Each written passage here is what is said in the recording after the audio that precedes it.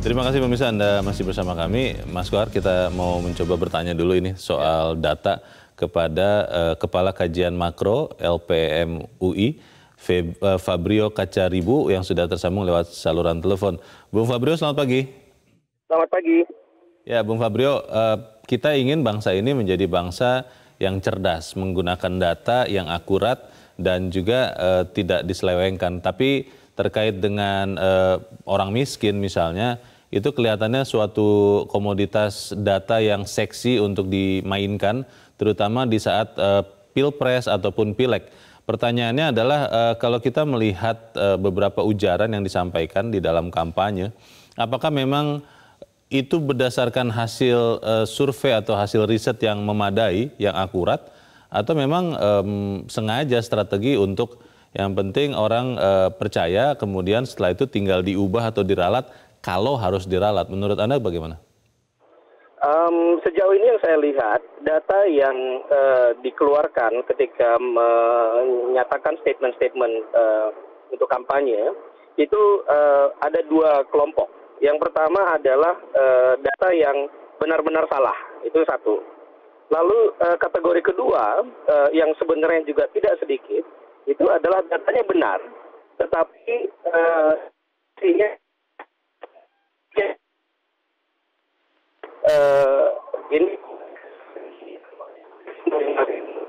Bung Fabrio kurang jelas. Sebagai pengalaman di berbagai negara, miskin banyak, ya, termasuk juga di Amerika. Strategi-strategi mengemukakan data yang seolah-olah benar, tetapi interpretasinya salah, itu bagian dari strategi kampanye yang sebenarnya sangat kita sayangkan.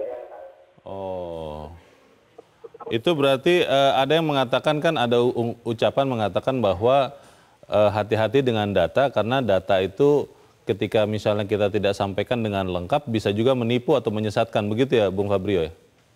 Iya, itu masuk ke dalam kelompok kedua yang tadi. Data yang sebenarnya secara angkanya itu benar, tetapi kemudian interpretasinya salah.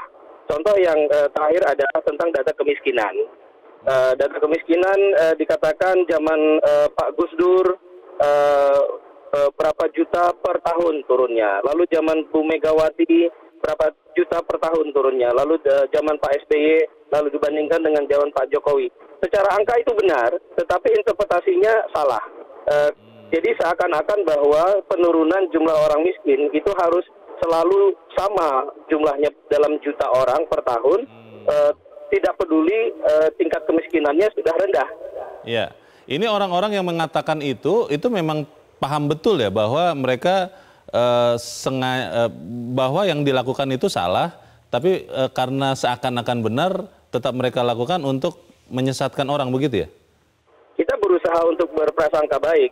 Artinya kita yakin, kita punya keyakinan bahwa kedua belah pihak ini adalah terdiri atas negarawan-negarawan yang peduli dengan pendidikan masyarakat, dengan data yang disampaikan dengan baik. Tapi sayangnya memang tidak tertutup kemungkinan bahwa si penyampai data tersebut sebenarnya tahu bahwa data itu interpretasinya salah. Oke. Berarti ya itu, hati-hati dengan statistik karena bisa juga menjerumuskan atau menyesatkan kalau kita salah mengartikannya, begitu ya Bung Fabrio. Terima kasih loh sudah bergabung bersama kami pagi ini. Selamat pagi Bung Fabrio Kacaribu. Mas Kohar, pertanyaannya adalah rasionalitas itu yang tadi Mas Kohar katakan di awal kalah dengan emosionalitas.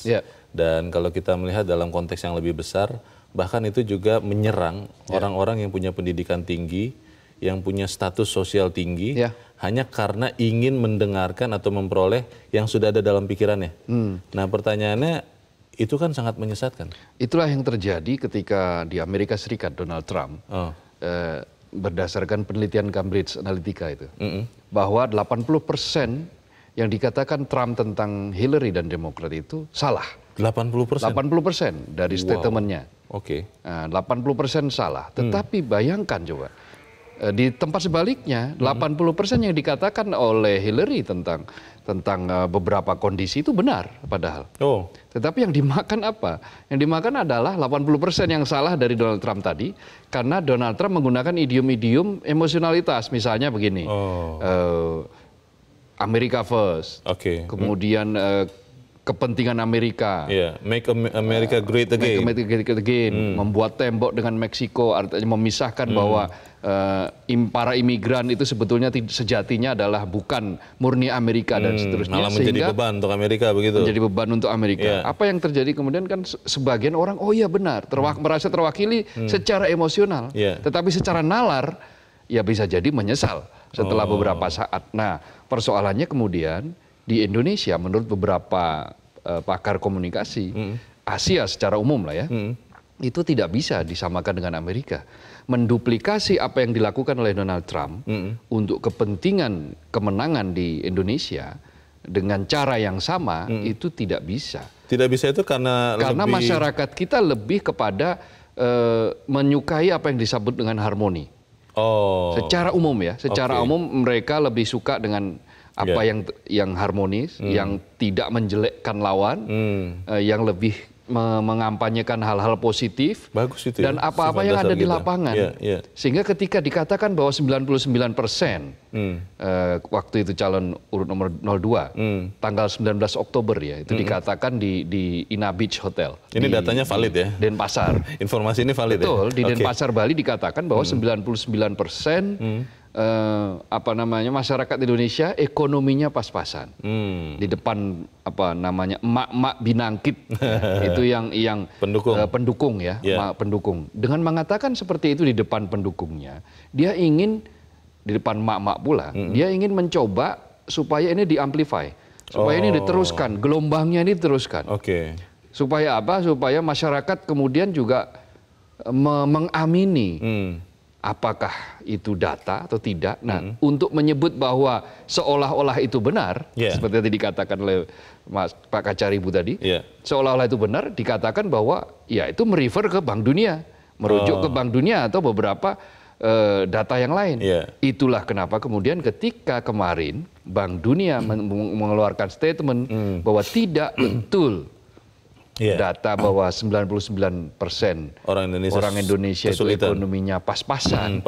Maka itu akhirnya meruntuhkan semua pernyataan yang disampaikan di Bali itu. Kalau begitu apa memang harus kemudian ada sanggahan atau kontra dari lembaga resmi yang, kalau saya mungkin boleh pakai istilah, dicatut datanya, baru kemudian teruntuhkan, lalu kemudian lurus lagi kembali rasional, atau bagaimana? Kadang-kadang perlu hal-hal seperti itu, kadang-kadang perlu supaya apa? Supaya ini tidak terus-menerus menjadi gelombang kesalahan yang akibatnya adalah tadi itu munculnya irasionalitas.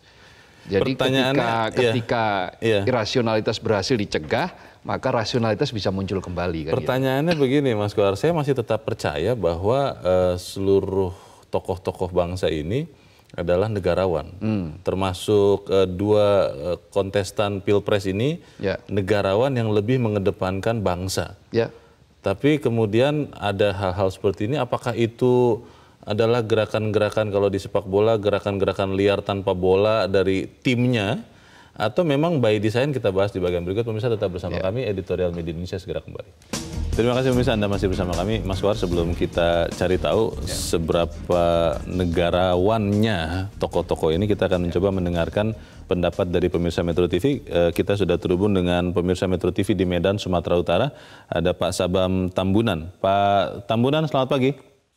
Selamat pagi, Editorial Indonesia. Iya Pak, selamat pagi. Silakan Pak Sabam Tambunan, Anda melihat bagaimana kita bisa mencegah matinya rasionalitas ini, Pak Sabam? Iya, jadi akan saya mulai. Matinya rasional itu karena adanya sifat ambisius. Ambisius? Iya, ini ambisius. Jadi kalau kita sudah ambisius, dengan cara apapun kita akan berusaha untuk meraih sesuatu yang kita inginkan. Nah, jadi apa yang dikatakan oleh Bapak Presiden, adanya politikus-politikus gondoruo yang menakutkan bangsa ini, inilah dia.